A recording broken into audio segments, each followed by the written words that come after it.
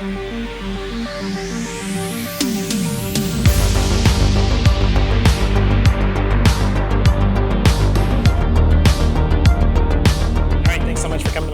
I'm going to talk to you today about how we've been scaling AI in the classroom.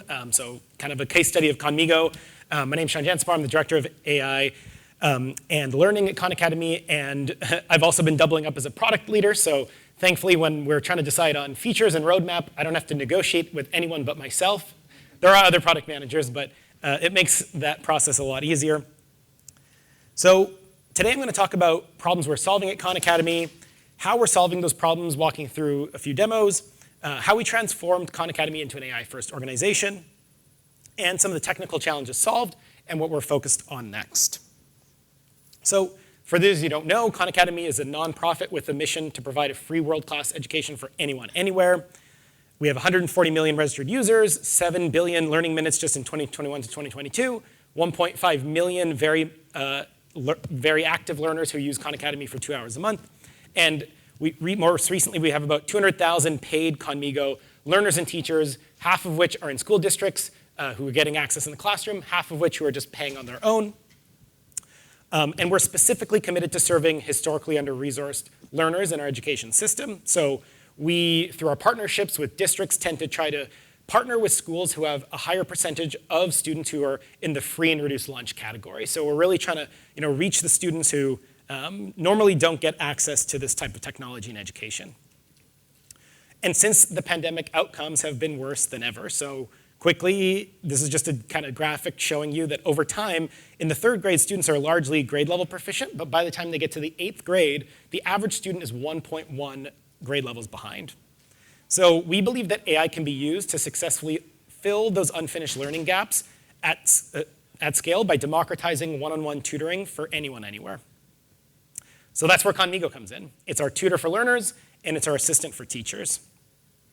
And just even taking a step back for a second, emulating tutors has really actually been our North Star the entire time. But thus far, we've been limited by the technology. We've been doing self-paced video, self-paced practice. Sal famously said in his TED Talk that his cousins preferred the automated version of their cousin to their real cousin. And LLMs for us are just kind of a tool that help us accelerate towards that vision. We're really not just trying to use AI for AI's sake. So how are we using AI to solve tutoring and teaching assistance at scale? There was a really great quote from Notion's CEO where they mentioned that this is as much of an interface revolution as it is a technology revolution, and they are really good at interfaces. We think it's the same for us, but we're really good about building educational technology at scale for millions of learners around the world. So I'm not going to go through this whole list, but just generally things we're doing. Building a Socratic tutor that doesn't give away answers, optimizes for the accuracy of math, is context aware of your work and is deeply integrated into our content. Multilingual, text-to-speech, et cetera. So I'm going to go into some screenshots. So one example here is just comparing Conmigo to ChatGPT. And you'll notice in this screenshot that here there's just kind of this diving into, all right, you asked me a question, I'm going to give you the answer, which can be great if you're an older learner and you know how to learn. But as learners in the classroom, we don't want students just getting access to the answer. We want them to think about it deeply. We want more of a Socratic method where you're asking leading questions to help guide you to the answer. So you'll notice here, Conmigo didn't give away the answer. It's asking leading questions. And then on the math accuracy front, you'll notice that ChatGPT said, you correctly distributed -4. In fact, in this example, you did not correctly distribute -4. It was incorrect. But Conmigo's noticing that. It notices that there was a small mistake in the distribution, and then it kind of backs up and tries to help you from there. So we're also been doing a lot to kind of embed Conmigo directly into our platform and into our content. So you can immediately just say, hey, tutor me, I got this wrong. And then Conmigo's passed the context in of, it has the full understanding of what this question is, what is the step-by-step solution, what is the thing that you entered, and then it'll now analyze your solution and help you with it, maybe give you helpful tips as to why you might have landed there. So that's kind of after you got the question wrong. Before you submitted the question, we wouldn't just dive into this. Things like, general chatbots are great, but there's a lot of UX affordances that's very important for education. Things like having a great math input widget for doing complex equations, specialized graph rendering, et cetera. And then also UX for use cases like essay writing, which I'm going to dive into. So we've been thinking about how do we go beyond just that traditional chat interface. I'm sure you all have kind of had the experience when you were writing essays in grade school. You wrote that essay, your teacher marked it, there's some red ink on it. You never probably reviewed that essay again, you moved on. What I think that education, or what I think LLMs can do in education that is going to revolutionize the way we think about it, is that it's going to help us shorten feedback loops. There's never going to be a situation maybe where in the future you won't be able to submit an essay unless it's at least a B, because the teacher will know that you've been iteratively working on that essay with an AI. And so I know there's a lot of concerns about cheating, so I'll talk about that in a second. But this is just kind of like an early preview into our writing coach. So it kind of breaks down the essay writing process into these different categories. So in this example here, you're outlining an essay with an AI directly. And you might have questions about how to write that thesis, but it won't let you move on until you've written a pretty strong thesis. And it'll give you that feedback along the way. And then there's drafting the actual meat of the essay. From there, you can kind of ask for helpful tips, but if you ask it to write the next paragraph for you, it'll refuse. And then there's that last step around revision. So it'll give you feedback on axes of evidence, structure, style and tone, and conclusion. And then this is where things get really interesting with the teacher. So the teacher now has full access to the history of what you built with the AI to kind of validate that you were the one who wrote that with the AI, and it wasn't just something that you copied and pasted from ChatGPT. So you can kind of get a sense of that by looking at the conversation history. We're building kind of these replay functionalities, and then it'll also say like, hey, these 54 or the 56 words just showed up out of nowhere. So we really think that essay writing isn't actually going to be hurt by generative AI, but we are really going to revolutionize the way that works. Similarly for code, we also have a coding platform, and we're planning on doing the same for code writing at some point. We're also building a lot of fun engagement things. Students love this kind of stuff. You can reclaim energy points to customize Conmigo. But then there's integration into the classroom. So one of the reasons why Khan Academy started focusing on classrooms instead of just focusing on independent learners who find us on Google is because kids who come to us on Google, it's great, but you have to care enough about learning to come to Khan Academy in the first place. We really wanted to reach those kids who thought they were bad at math, who hated learning. And so it's important for Khan Academy to be integrated into the classroom and have that tight feedback loop between what the student is doing and so that with the teacher, so that the teacher can get insights into that. So for instance, we have a moderation feature where if any conversation is kind of going off the rails, is inappropriate, a teacher will be flagged and notified. So we kind of tried to do things when we were launching Conmigo to turn some of the fears into actual features. This is an example of a classroom snapshot where a teacher can say, hey, how's my class doing? And because it has access to all of that rich data about the usage of Khan Academy in the classroom, it'll give you that overview, and it'll also give you the ability to kind of dive into skills reports and dive deeper into our graphs. And then from there, as a teacher, you might be able to do things like, hey, I want to write a progress report to Reese's family. That's going to save you a huge amount of time because all this data is directly available. We built a ton of other teacher tools, things like lesson planning, exit tickets, et cetera. I would have loved to demo them, but there's not enough time. Huge shout out to Microsoft. They recently sponsored us bringing these teacher tools to all US teachers in the States and soon around the world for free. So feel free to check it out. Anyone can sign up. And, oh, actually, I need to plug in the audio. Instead of kind of talking about the results in the classroom, I thought I would just do a quick fun video showing how that's going. How much they love using it. Let's talk to them. Yes, let's do this. Let's go. Miss Draper's class was so much fun. Students in this class were opening up their imaginations, writing stories, learning about history, and they learned about America's first president. What did they tell you about George Washington? Another lesson they learned is Conmigo's here to help, but it's not going to give you the answer. No, it just helped me out a bit. It didn't give me the answer, but it helped me out get the answer. It helped me write like stories, and it's so amazing. Now we're in Miss Barreros' 5th grade class, and everybody here is saying hi to Conmigo. In Miss Barreros' 5th grade class and Mr. Rodriguez's 6th grade class, one thing was for sure. Conmigo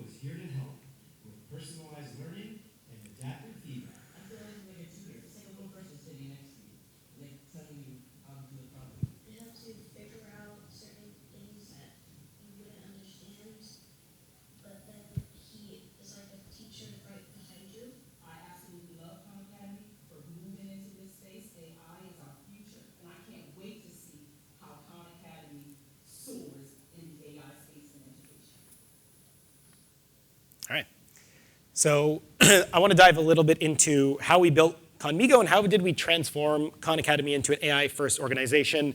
It didn't happen overnight. So first we kind of wrote up some requirements about like what would the perfect AI tutor and assistant, what would that be? We estimated the work. Then we wrote up this nice Gantt chart of the timeline. Just kidding, we didn't do any of that. The keys to our success were really rapid prototyping and iteration. Actually, there's a great book that I highly recommend. It's called Creative Selection. It was about how the iPhone was created, really kind of driven through this process of iterative development, driving it through demos and feeding the demos that do really well and putting an end to the demos that don't do really well. And I think what we really learned is that magic really comes from when you pair incredible builders with domain experts who have some unique insight. And ideally, really, these should be members of your team who deeply understand the customer you're building for, as opposed to maybe just sending things off to an R&D team. At least that's been in our experience. The history of our OpenAI partnership. So it actually all started when OpenAI needed some AP Bio questions to test their new model. We got a first sneak peek in September. And then in December, actually between September and December, we didn't have much headway. It was a lot of like, well, what are you doing? What are you doing? And then we said, you know what, let's just do some rapid prototyping together in Red Team. And then we narrowed down on a few use cases. And then once we decided that we really liked the way that this tutor felt in our platform, we said, hey, let's try to launch something alongside of GPT-4, but let's do a company-wide hackathon to build a lot of new features, see what the team can come up with. The best ideas from there, one, we tried to ship those with GPT-4 in our launch in March. And then we also participated in reinforcement learning where a few members of our content team were embedded within with OpenAI to kind of train it on 100 math tutoring examples. So I would say some keys to our success. One is that we resisted perfectionism, which I would call an issue of Khan Academy of the past. We didn't let perfect be the enemy of the good. We made quick decisions for what we would call two-way door decisions, things you can reverse. But for one-way door decisions, things like trust and safety, we thought deeply about those problems. We trusted our intuition. We leveraged expertise if learning scientists and educators kind of wanted to kind of work through that with us instead of us trying to A/B test every single decision. And then we also iterated rapidly. I mentioned that with demo-driven development. And then we also kind of had some fixed timelines to avoid Parkinson's law where work can fill all available space. We also ended up driving forward what we called at Khan Academy, we have this process called architecture decision records, and then more recently transitioned that to organization decision records. So whenever we have like a big strategic shift at Khan Academy or a big process change at Khan Academy, we document what is the problem we're trying to solve, who is the driver, who is the approver, who's contributing, and then once we've kind of written that all out, we share that with the team so that they can digest it at their own time and pace. But what we did was we changed some of our Khan Academy core values. So take a stand, we added trusting our intuition, we added resisting perfectionism to deliver wow, so that that could kind of trickle down in the way we do performance reviews, et cetera, with the team and how we hire. And then we also did a big change to our product development process. So I'm sure this is probably a tale that many of you have experienced, but we had an old process that we would consider agile. You'll notice that all these circles on the left, they feel great. There's a lot of arrows moving in certain directions. They look like you can go backwards, but and then it being a very heavyweight process, a lot of like heavy documentation you had to write for every single feature, et cetera, which makes sense when you're building something, I think, that you're just going to ship to all users and it has to be high quality. But in our case, we were doing a lot of prototyping, and so we kind of created this new process around there's a different level of quality of your code that you should write depending on your confidence in the feature. So if you're not very confident and you're not sure, that's just a prototype. Go build it, be scrappy.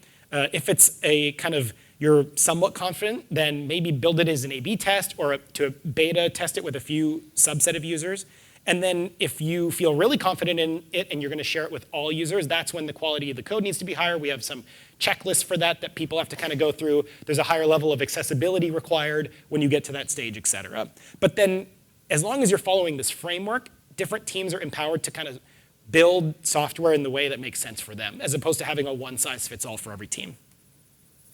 We also added an AI platform team as kind of a glue between our infrastructure team and product team. So there was obviously just a lot of AI platform team chat. So I think a lot of this is familiar, but it's really this team that owns the AI developer and prompt engineer experience of Conmigo. So for example, we recently built this component interface in Go that when you as a developer conform to that component interface, it automatically means that things like tracing and lang fuse are available as long as you conform. They own things like the AI router so that you as a product team don't have to worry about that. It just kind of is transparently taken care of for you. We have a chat component that has to have APIs and be extensible for product teams. And it's also a team that will consult with other product teams when they're building features if they need some help and expertise, as well as what we're kind of tentatively calling Conmigo as a service, where we're trying to work with third-party companies to embed Conmigo into their products instead of them having to rebuild a brand new tutor from scratch. So what are some of the technical hurdles? What were some of our technical hurdles that we overcame, and what are the challenges ahead? So on the tutor accuracy side, things we've done, introduced a math agent. So we kind of give the AI the autonomy to defer to a math agent to work through problems, get access to a basic calculator, or Python might do some more advanced things if it's a more advanced math problem. We're doing something called chain of thought prompting. So it's not just going directly to the model and saying, help the student. We're actually doing things like we have this process that will say, write out how you think the student might have arrived at that answer. Write out how you think it should have arrived at that answer, and then it kind of feeds that package over to another call to the AI that supplies that and says, using this context, how would you tutor that student? We noticed that helped improve the performance dramatically. We've been providing it with additional context like step-by-step solutions, additional context via RAG, and we've also been building this tutoring accuracy dashboard monitor to monitor quality over time. So we can kind of get a sense of, as we're shipping new changes to our prompts, as we're upgrading models, as we're making any change, we can make sure that A, we don't have any regressions to the math quality, because that's a really key part of this experience for learners. And we also can ultimately just make sure we're trending in the right direction. In terms of next steps, one thing that we're about to launch very, very soon is a math accuracy benchmark data set. So right now, when you look at data sets that different model providers are grading against, it's often, is it good at doing math? Is it good at reasoning? But there's nothing that says, how do I grade whether or not this is an accurate tutor? So we're going to be releasing that with a paper shortly. We're also looking into integration with tools like Wolfram for some of the more complex math, and then fine-tuning as well. So prompt engineering. It's been a journey. So where we started was a lot of hacking together prompts really, really quickly. Lots of spaghetti code. I'm sure that's the same at a lot of your organizations. We had a kind of varied test coverage depending on the activity. So again, we had a lot of really good test coverage for the math portion of it. How good does it do at math tutoring? But we had a lot of other activities that we were just like testing ideas and throwing things at the wall and see if they stuck. So things like, talk to a historical figure. We didn't really have any test cases for that. When we wanted to iterate on models, it was really just, somebody on our team who knew it well enough that would just go in and test it. And a lot of it was also just looking in logs for completion calls when we had to debug a particular scenario that was a failure case that we wanted to dive deeper into. Where we're at now is we've refactored that code using the component architecture that I mentioned earlier, so you can kind of have clearly defined inputs and outputs, and it makes it a lot easier to test and know what are sub-pieces of the code that are worth testing. Actively developing a kind of minimal viable test coverage suite across all of our activities, so we have a broad enough set of coverage. And we have tools to run these manual test cases really quickly, but still with humans in the loop. And then we're also trying to move in more towards in the direction of model-graded evals to quickly test new models. But of course, some of that's not possible without humans in the loop, so it really depends on the scenario. And then also, I think I mentioned this already, all stack traces are now available in LangFuse. If you want to go and see what happened, you can kind of go in, look through that stack trace, and debug from there. In terms of next steps, this is not something we necessarily have an answer around, but we're looking for continued ways to get more reliable model-graded evals. Roughly, we find that when we label things ourselves, compare it to what the model will grade. If we're doing things like, was there any math mistakes in this? The AI is catching it roughly 70% of the time. And we also want to add a lot more languages, but how do we do that without ballooning the test and iteration complexity? There's probably not going to be a way to do that, but we'd like to reduce that complexity. And then in terms of, this is the last one, in terms of scale, performance, and cost, we need Conmigo to be reliable enough for teachers and students to use it daily, cheap enough for lower income districts to afford it, and fast enough such that it doesn't lead to user frustration. So things we've done so far is leveraging multiple models in production for different workflows, fall back to shared capacity when we're reaching limits on our dedicated capacity, and continuing to do things like perceived performance improvements. Like if you notice in this bottom screenshot, we added this UI when we actually added a few chains to the experience that made it slower, and I said to the team, we can't ship this unless we add a perceived performance improvements change so that users know that something's happening here. And anecdotally, somebody on our team said, hey, after we shipped that, my kid was using it, and I said, do you think it feels slow? And that person's kid said, no, I don't think so. Conmigo's doing math.